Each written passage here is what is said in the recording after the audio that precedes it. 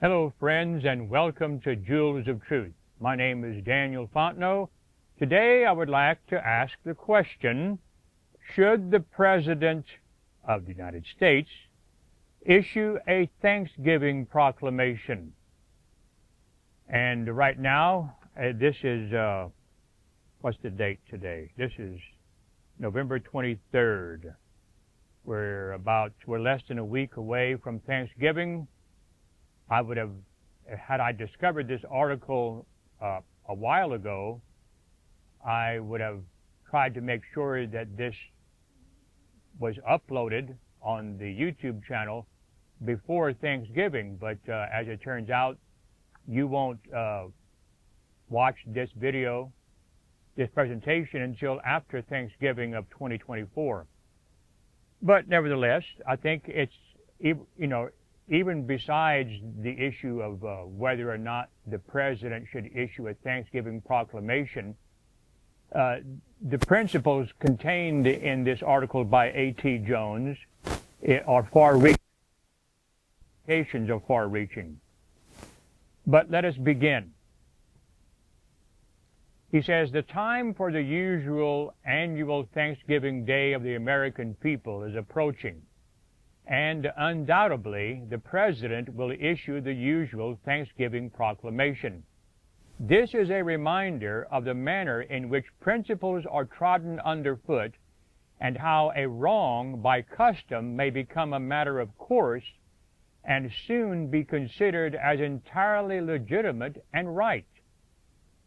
The drafters of each of our greatest political documents, and there are none greater, the Declaration of Independence and the Constitution of the United States, were radically opposed to this deviation from American principles. After speaking of the violation of these principles in Congress when they appointed chaplains, Madison says, quote, there has been another deviation from the strict principle in the executive proclamations of fasts and festivals, unquote. President Jefferson was even more decided.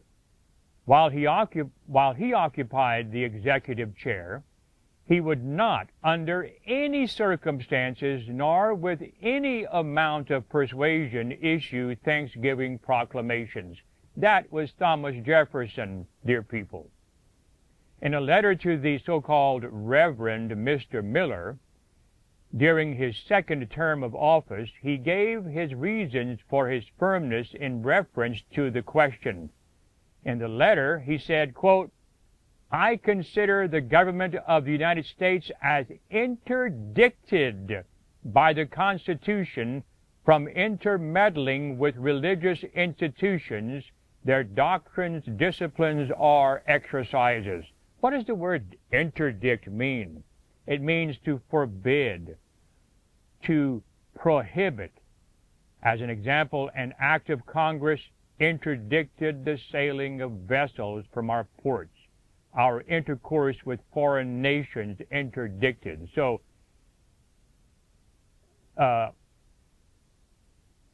elected officials in the U.S. government are forbidden by the Constitution from intermeddling with religious institutions, their doctrines, disciplines, or exercises.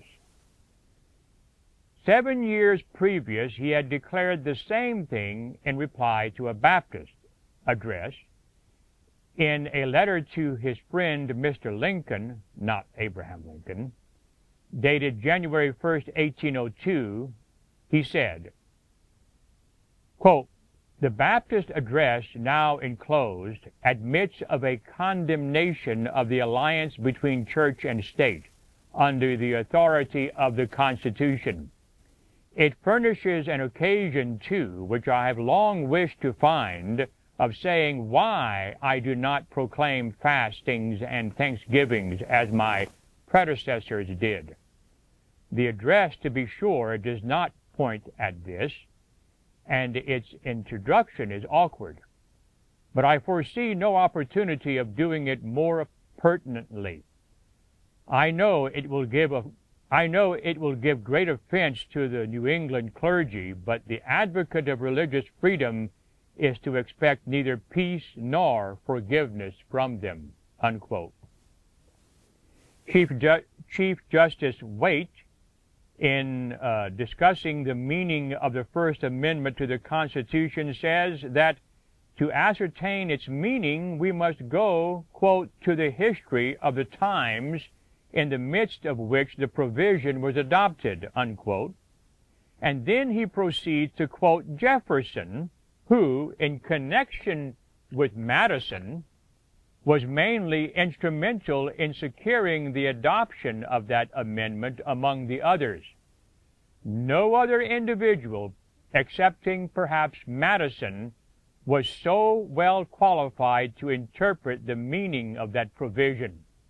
And Jefferson states positively that, quote, "the Constitution has directly precluded them," the United States, "from assuming an authority over religious exercises."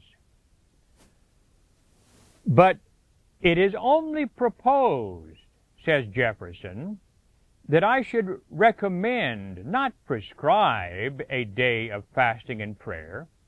That is, I should indirectly assume to the United States an authority over religious exercises which the Constitution has directly precluded them from.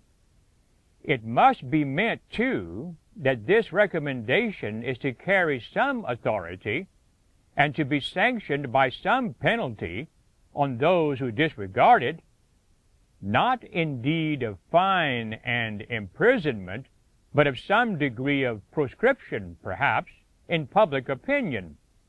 And does the change in the nature of the penalty make the recommendation less a law of conduct for those to whom it is directed?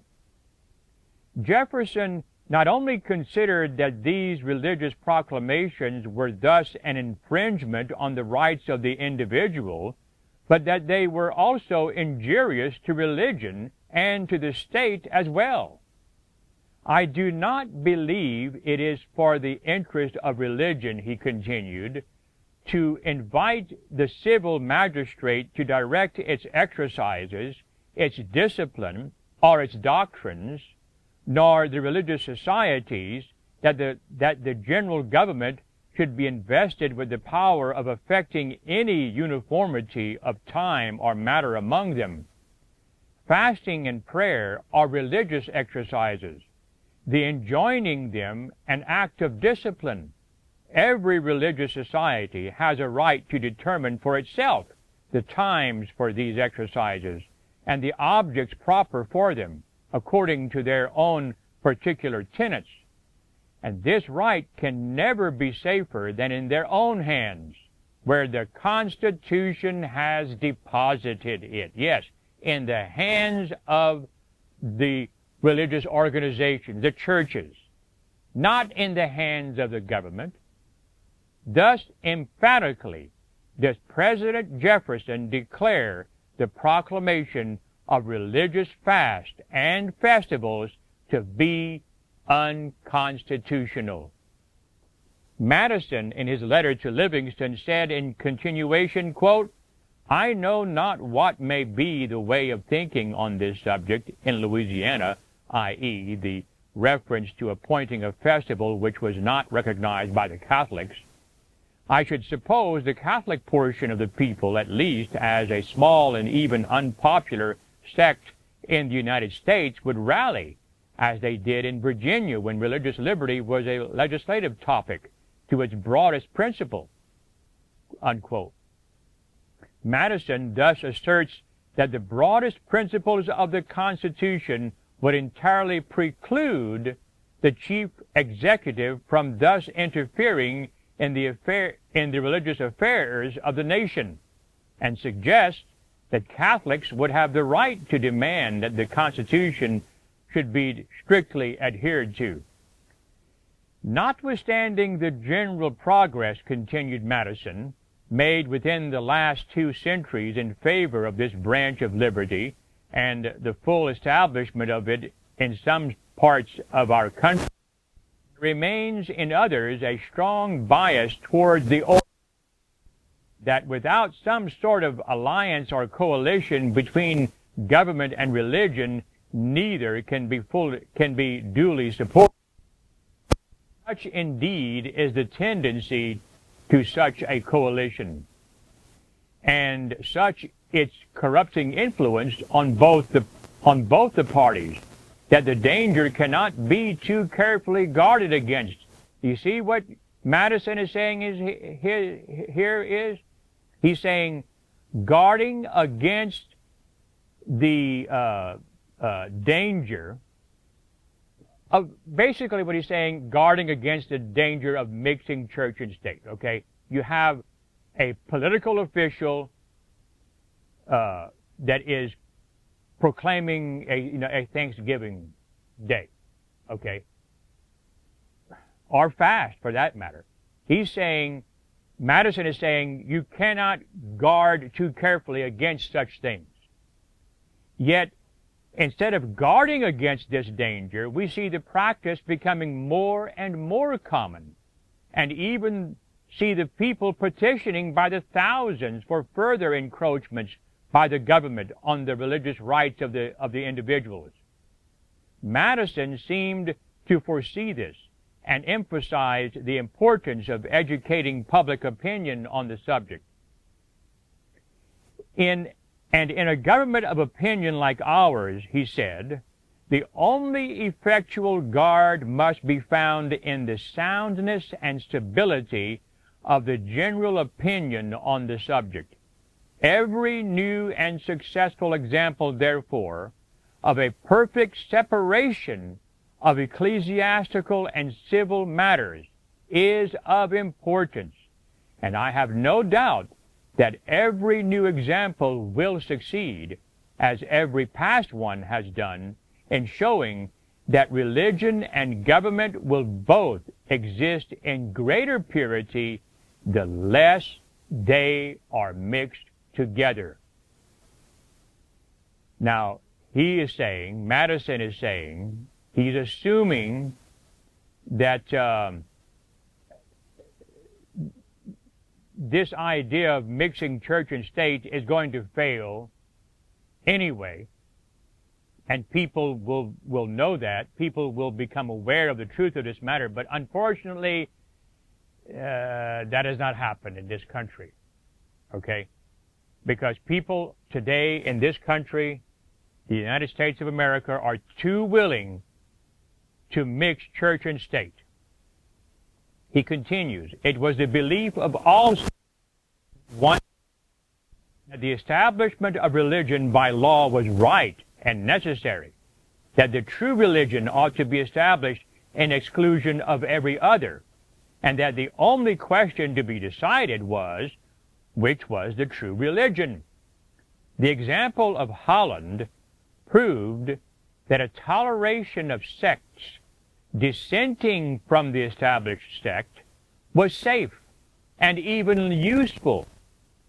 The example of the colonies, now states, which rejected religious establishments altogether, proved that all sects, religious sects that is, might be safely and advantageously put on a footing of equal and entire freedom. And a continuance of their example since the Declaration of Independence has shown that its success in the colonies was not to be ascribed to their connection with the parent country. If a further confirmation of the truth could be wanted, it is to be found in the examples furnished by the states which have abolished their religious establishments. I cannot speak particularly of any one of the cases, excepting that of Virginia, where it is impossible to deny that religion prevails with more zeal and a more exemplary priesthood than it ever did when established and patronized by public authority. We are teaching the world the great truth that governments do better without kings than with them. the merit will be doubled by the other lesson that religion flourishes in greater purity without than with the aid of government. Thus closes Madison's dissertation on the subject of appointing religious observances. And these opinions coming, as they do, from the principal framers of our political system show how unwarranted and unconstitutional it is on the part of the President to assume the authority to appoint a day of thanksgiving or any other religious festival. And again, this article was from A.T. Jones in the American Sentinel, and the title of the article was Religious Proclamations Unconstitutional, October 30th, 1890.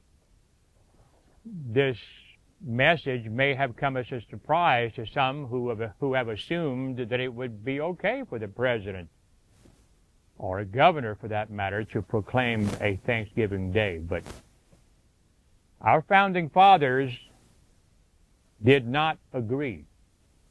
They did not agree that it was okay for the president or a governor to do that. We need to adhere strictly to the separation of church and state. Well, if you agree with this presentation and you would like for others to hear it, then by all means tap that like button and maybe even that share button so that this video can go far and wide to those who are hungering for truth. And if you have any questions, then you can place them at the bottom of this video. And if you haven't subscribed, we would highly encourage you to do so. Thank you for joining us here at Voices of Truth. We hope and pray that you will have a good day in the Lord.